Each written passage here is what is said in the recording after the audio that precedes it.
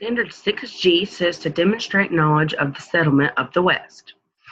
Americans moved to the West in the 1800s because people wanted to get a fresh start and wanted to be able to buy their own land, as well as try new economic possibilities such as farming and gold mining.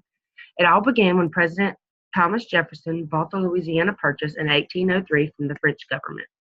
The years following the War of 1812 saw a massive migration of white settlers into the Old Northwest, the Old Southwest, and the Far West.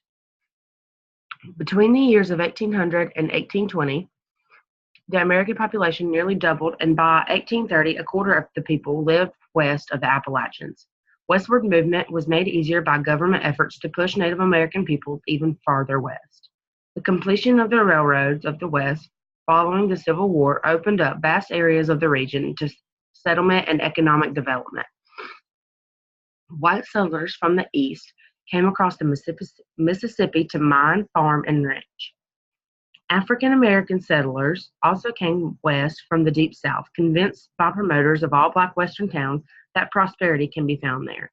Chinese railroad workers further added to the diversity of the region's population. By the 1880s, most American Indians have been confined to reservations, often in areas of the West that appeared least desirable to white settlers. The cowboy became the symbol for the West of the late 19th century, often depicted in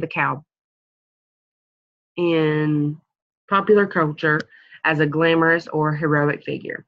The stereotype of the heroic white cowboy is far from true. The first cowboys were Spanish vaqueros, who had introduced cattle to Mexico centuries earlier.